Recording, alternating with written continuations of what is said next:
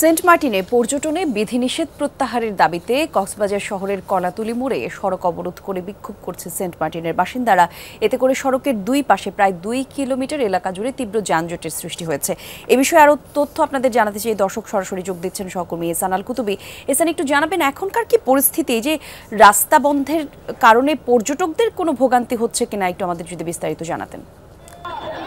পর্যটকদের জন্যই কিন্তু আজকের এই আন্দোলন, অর্থাৎ সেন্ট মার্টিনে যে এই সময়ে আসলে ভরপুর থাকার কথা, পর্যটকদের পদচারণায় মুখর থাকার কথা।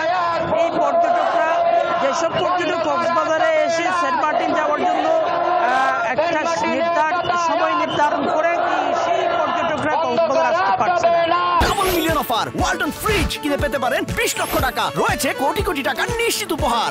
এই বিধিনিষেধের কারণেই, মূলত সরকারি বিধিনিষেধের কারণেই পর্যটকরা আসতে না পারে।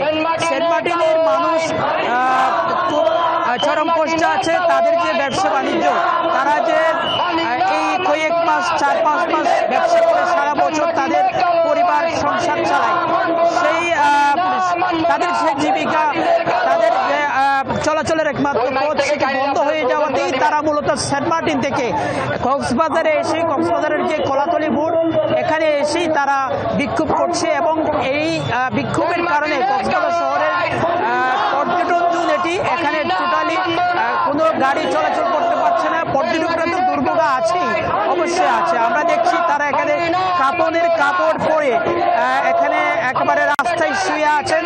নারী পুরুষ সবাই এখানে